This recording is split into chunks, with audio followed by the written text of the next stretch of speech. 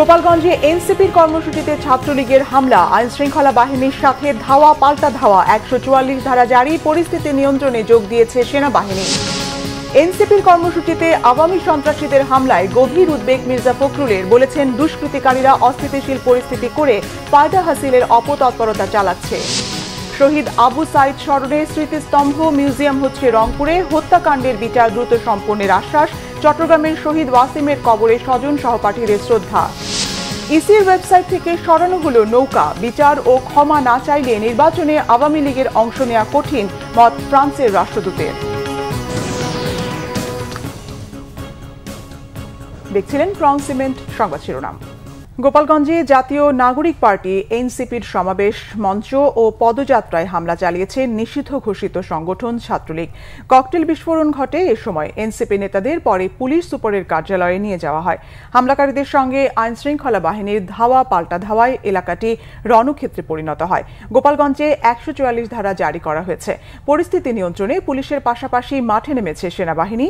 এর আগে সমাবেশে এনসিপির আহ্বায়ক নাহিদ ইসলাম বলেন, হামলা ও ভাঙচুরের জবাব দেওয়া হবে। তারা গোপালগঞ্জের নাম পরিবর্তন নয়, মানুষের অধিকার প্রতিষ্ঠা করতে এসেছেন। গোপালগঞ্জ প্রতিনিধি মনোজ সাহার তথ্য ও ছবিতে একটি ডেস্ক রিপোর্ট। জাতীয় নাগরিক পার্টি এনসিপির মাসব্যাপী জুলাই পদযাত্রার অংশ হিসাবে গোপালগঞ্জে পৌর পার্কে আয়োজন করা হয় সমাবেশ। তবে সে সমাবেশ পণ্ড করতে সক্রিয় হয়ে ওঠে নিষিদ্ধ ঘোষিত ছাত্র সংগঠন ছাত্রলীগ। ককটেল বিস্ফোরণের পাশাপাশি ভাঙচুর করে সমাবেশের চেয়ার। এরপর সমাবেশে উপস্থিত হন এনসিপির নেতাকর্মীরা। বক্তব্য রাখেন দলটির আহ্বায়ক নাহিদ ইসলাম। আজকে মুজিববাদীরা বাধা দিয়েছে, তাদেরকে জবাব দেওয়া হবে। আমরা যদি আজকে এখানে দাঁড়িয়ে ঘোষণা দেই, সারা বাংলাদেশ এই গোপালগঞ্জে এসে জড়ো হবে। কিন্তু আমরা সময় দিয়ে যাচ্ছি। আজকে যে বাধা দেওয়া হলো, কারা বাধা দিয়েছে, কোন সাহসে বাধা দিয়েছে, কোন সাহসে মুজিববাদীরা এখনো গোপালগঞ্জে আশ্রিত রয়েছে, কারা আশ্রয় দিয়েছে। দ্রুত সময়ের মধ্যে বিচার যদি না হয়, আমরা আবারও আসবো গোপালগঞ্জে।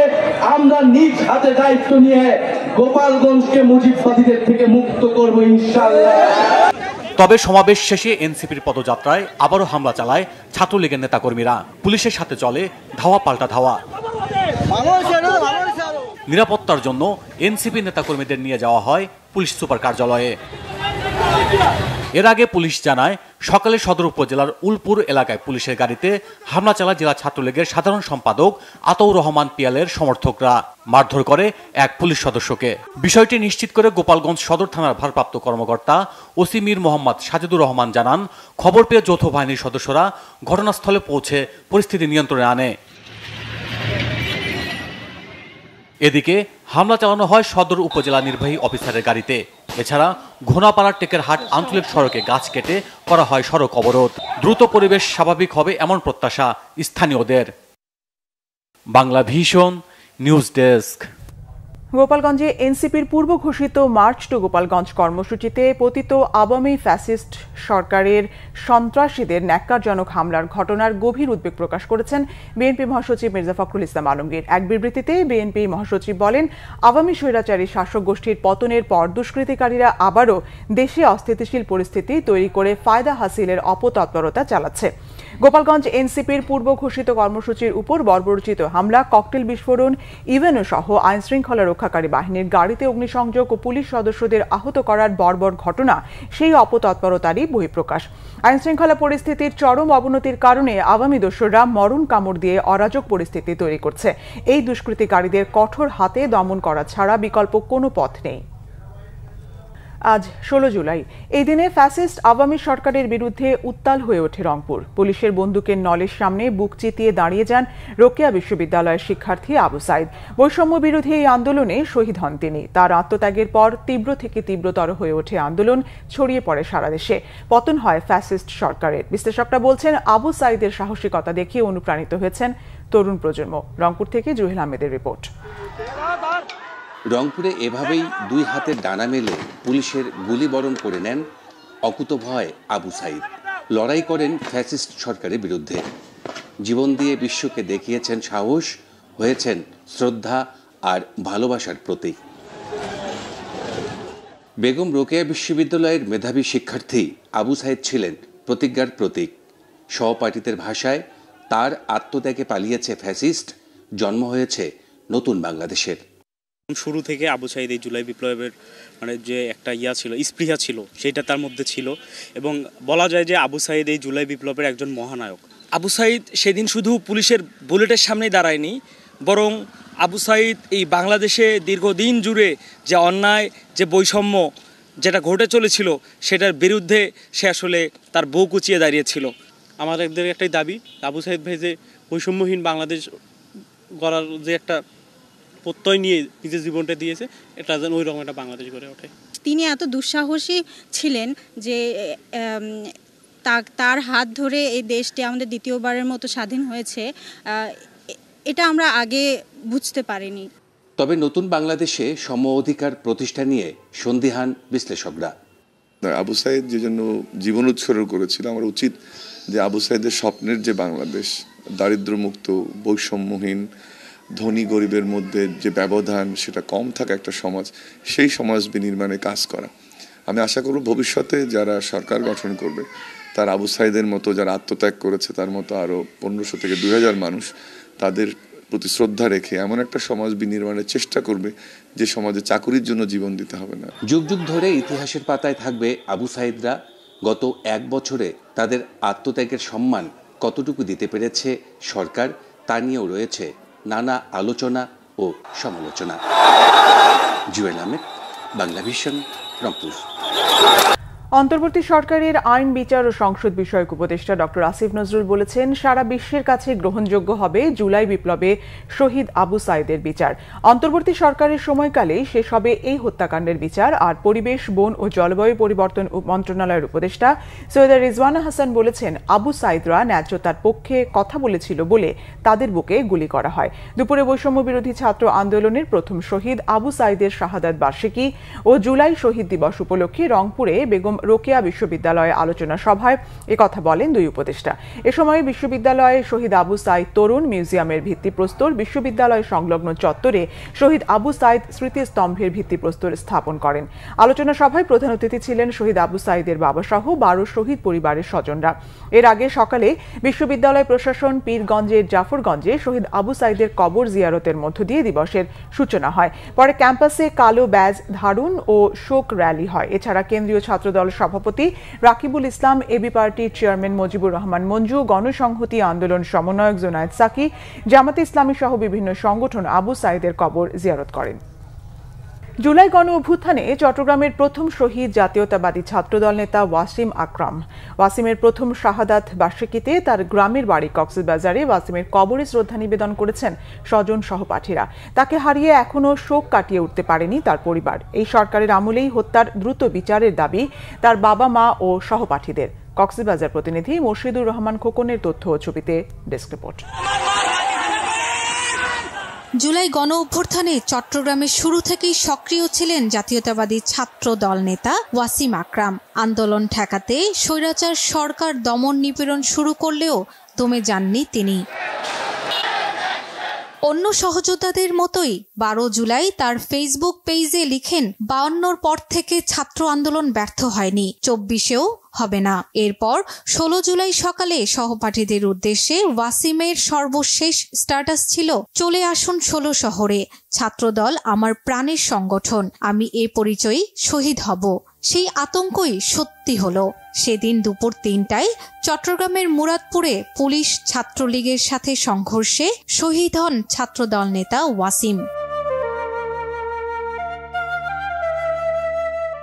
তাকে হারিয়ে এখনো শোক কাটিয়ে উঠতে পারেনি পরিবার। ওয়াসিমের বাবার দিনের বেশিরভাগ সময় কাটে ছেলের কবরের পাশে। সন্তান হত্যার বিচার দেখতে চান ওয়াসিমের বাবা মা।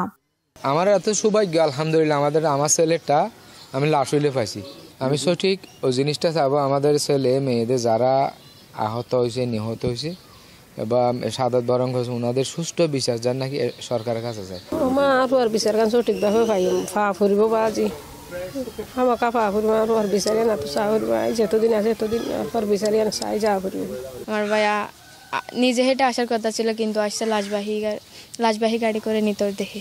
এদিকে ওয়াসিমের প্রথম শাহাদাত বার্ষিকীতে তার গ্রামের বাড়ি কক্সবাজারের পেকুয়া সদর ইউনিয়নে তার কবর জিয়ারত করেছেন তার সহপাঠী ও দলীয় নেতাকর্মীরা। ওয়াসিম হত্যার বিচার দাবি করেন তারাও।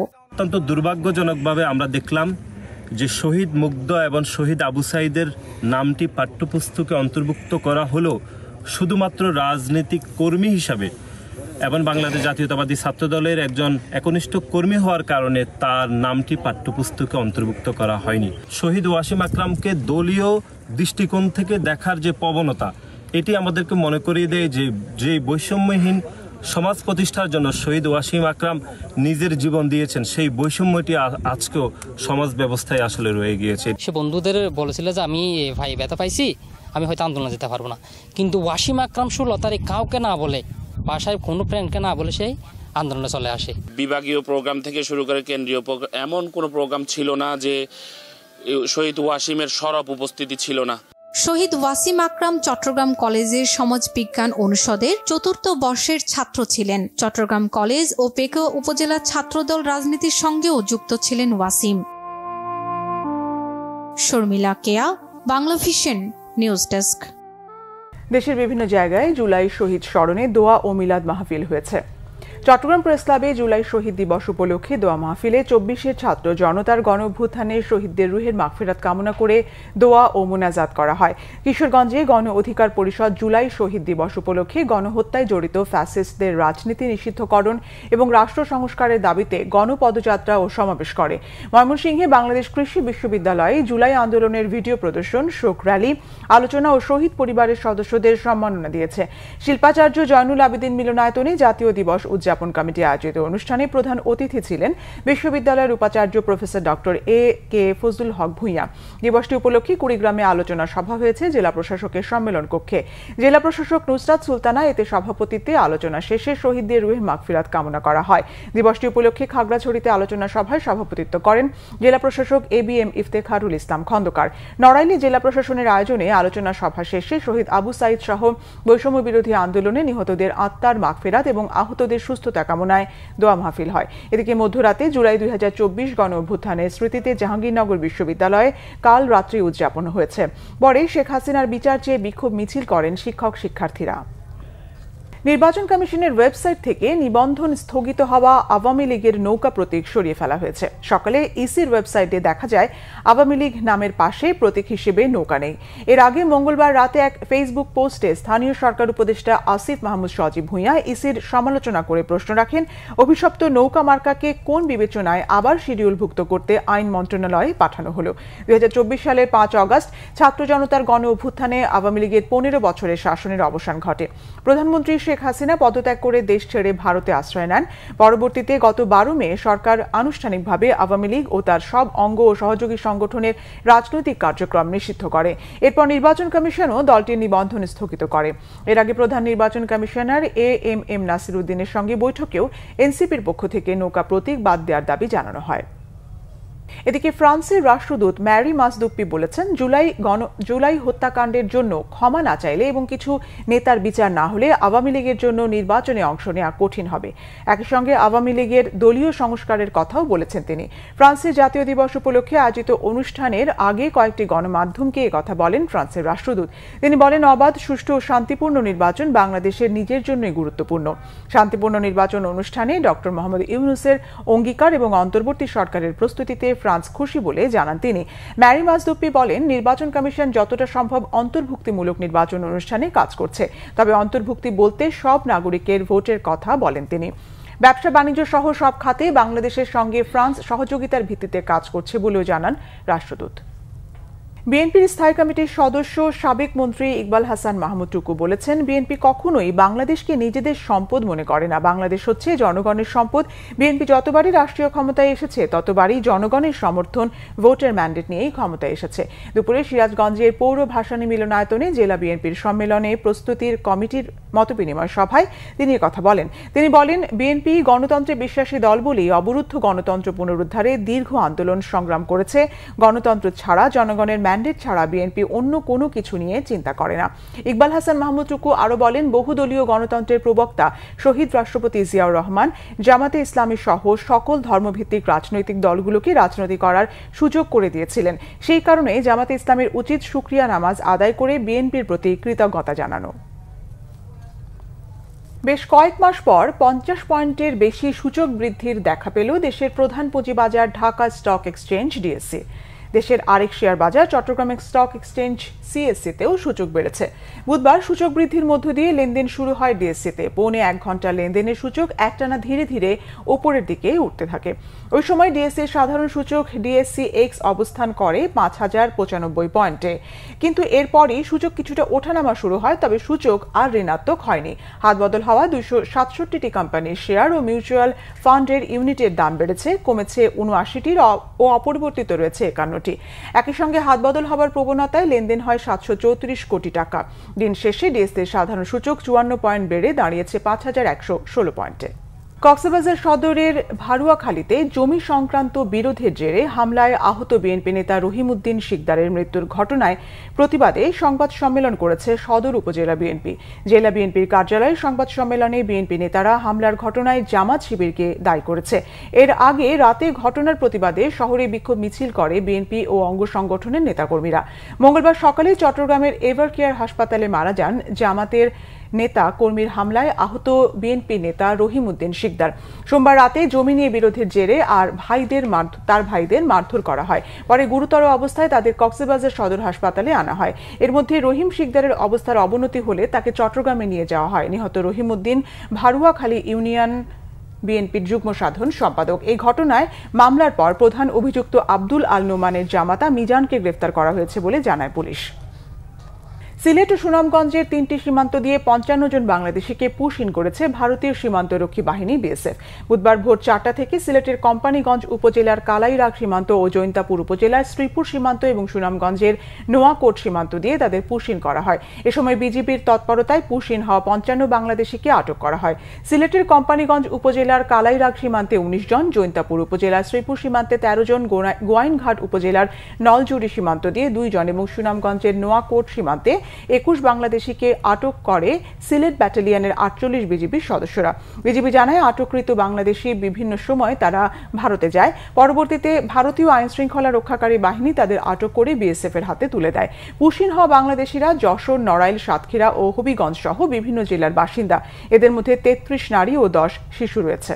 দেশের বিভিন্ন জায়গার আরও কিছু খবর নিয়ে এবার দেখুন একটি ডেস্ক রিপোর্ট।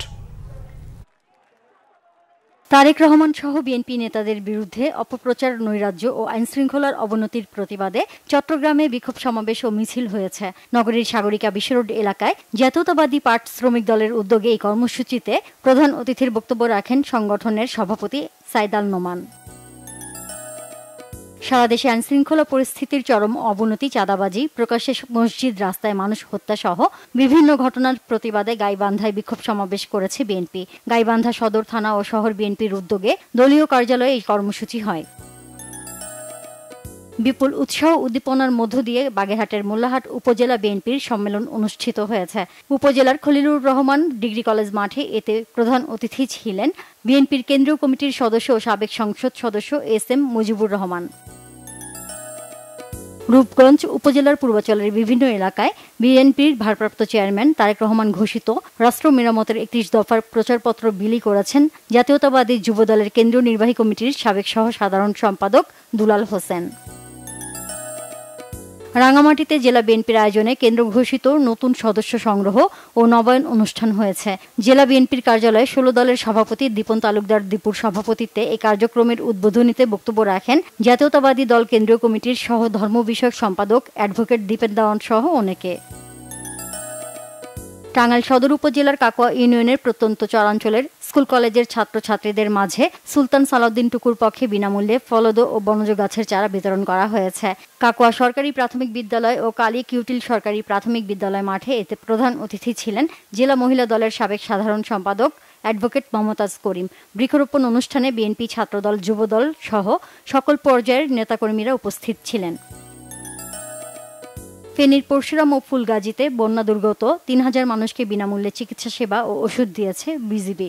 পরশুরামের চিথলিয়া ও ফুলগাজীর জয়পুর বিদ্যালয় মাঠে ৪ বিজিবি ফেনী ব্যাটালিয়নের অধিনায়ক লেফটেন্যান্ট কর্নেল মোহাম্মদ মোশাররফ হোসেনের পরিচালনায় ক্যাম্পের উদ্বোধন করেন বিজিবির কুমিল্লা সেক্টরের sector commander colonel Mohammad Rezaul Kabir. Jamuna গ্রুপের প্রতিষ্ঠাতা বীর মুক্তিযোদ্ধা ও দেশবরেণ্য শিল্পপতি নুরুল ইসলাম বাবুলের ৫ম মৃত্যুবার্ষিকী উপলক্ষে টাঙ্গাইলে দোয়া মাহফিল হয়েছে। স্থানীয় প্রেস ক্লাবের অডিটোরিয়ামে এতে প্রধান অতিথির বক্তব্য রাখেন জেলা বিএনপির সভাপতি হাসানুজ্জামিল শাহিন ও সাধারণ সম্পাদক অ্যাডভোকেট ফরহাদ ইকবাল সহ অনেকে। কিশোরগঞ্জের মিঠামইন উপজেলাতে সেনাবাহিনীর ১৯ পদাতিক ডিভিশনের উদ্যোগে বিনামূল্যে চিকিৎসা সেবা দেওয়া হয়েছে। মিঠামইন অডিটোরিয়ামে দিনব্যাপী এই মেডিকেল ক্যাম্প পরিচালনা করেন মেডিসিন গাইনি শিশু বিশেষজ্ঞ সামরিক চিকিৎসকরা। সিলেট মহানগরীর ৪২টি ওয়ার্ডের ফুটপাত ও রাস্তা দখলমুক্ত করার দাবিতে ২ ঘণ্টার অবস্থান কর্মসূচি পালন করেছে সিলেট কল্যাণ সংস্থা।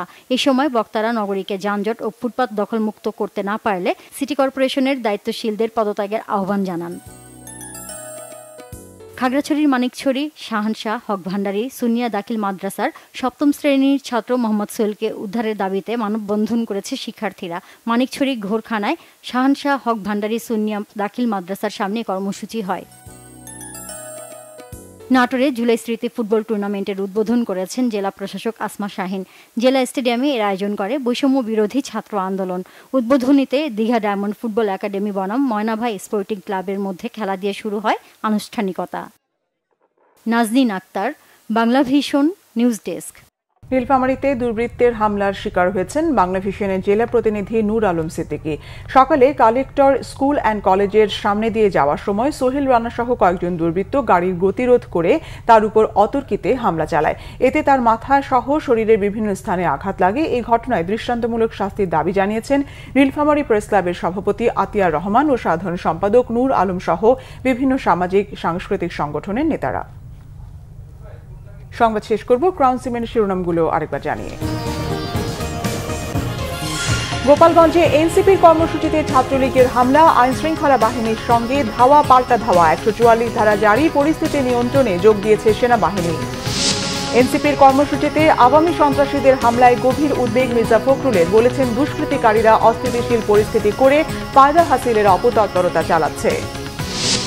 শহীদ আবু সাইদ স্মরণে স্মৃতিস্তম্ভ মিউজিয়াম হচ্ছে রংপুরে, হত্যাকাণ্ডের বিচার দ্রুত সম্পন্নের আশ্বাস। চট্টগ্রামের শহীদ ওয়াসিমের কবরে স্বজন সহপাঠীদের শ্রদ্ধা। ইসির ওয়েবসাইট থেকে সরানো হলো নৌকা, বিচার ও ক্ষমা না চাইলে নির্বাচনে আওয়ামী লীগের অংশ নেওয়া কঠিন, মত ফ্রান্সের রাষ্ট্রদূতের। এ ছিল এখনকার মতো। পরের সংবাদ সন্ধ্যা 7:30টায় দেখার আমন্ত্রণ রইল। এছাড়া বাংলাভিশন সংবাদ ও সংবাদ সংশ্লিষ্ট অনুষ্ঠান দেখতে ভিজিট করুন www.bvnews24.com ও facebook.com/banglavishannews এবং সাবস্ক্রাইব করুন youtube.com/banglavishannews। ধন্যবাদ।